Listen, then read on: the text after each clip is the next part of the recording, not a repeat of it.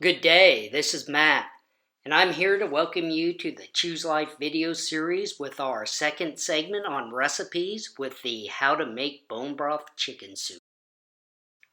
Now, bone broth is great, don't get me wrong, but once your condition is healed, you're going to need a meal with some more substance and calories. And for this, I turned to a page in my bone broth playbook, and that was an easy solution, and that was to make, well, bone broth chicken soup. This is easy enough to make because what you do is you make the bone broth per the recipe and instructions from the first video. Now though, in this instance, you do not need to do the cooking as long for the broth. 12 to 24 hours should do.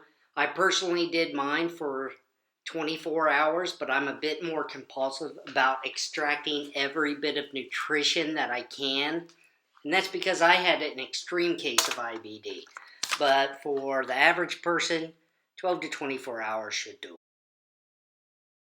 Next, we want to start gathering up our ingredients.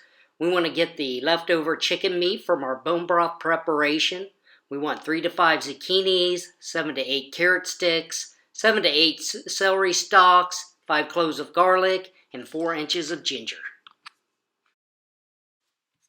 We also want 2 tablespoons of curry, 1 teaspoon of thyme, 3 to 5 tablespoons of coconut oil, 5 bay leaves, and 1/4 teaspoon of cayenne pepper. Rounding out our final ingredients, we want a 1/2 cup of frozen peas, a 1/2 pound of green beans, and 2 whole onions.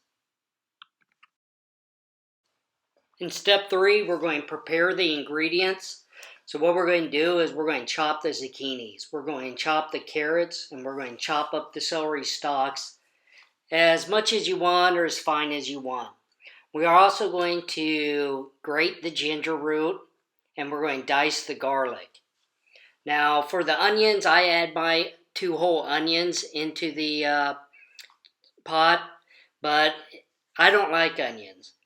So if you do, you can either leave the whole onions in, or during the preparation, you can dice them up for easier eating in the soup. Finally, after all our ingredients are prepped, we're going to add these to our pot of bone broth, all the ingredients that we just prepared. We are also going to fill the rest of the pot with water, if there's any space left, with filtered water. And we're going to cook it on low to 12 to 24 hours, depending on your preference. And at the end, we're going to add a handful of parsley with about a 1/2 hour left in the cooking time. There you have it.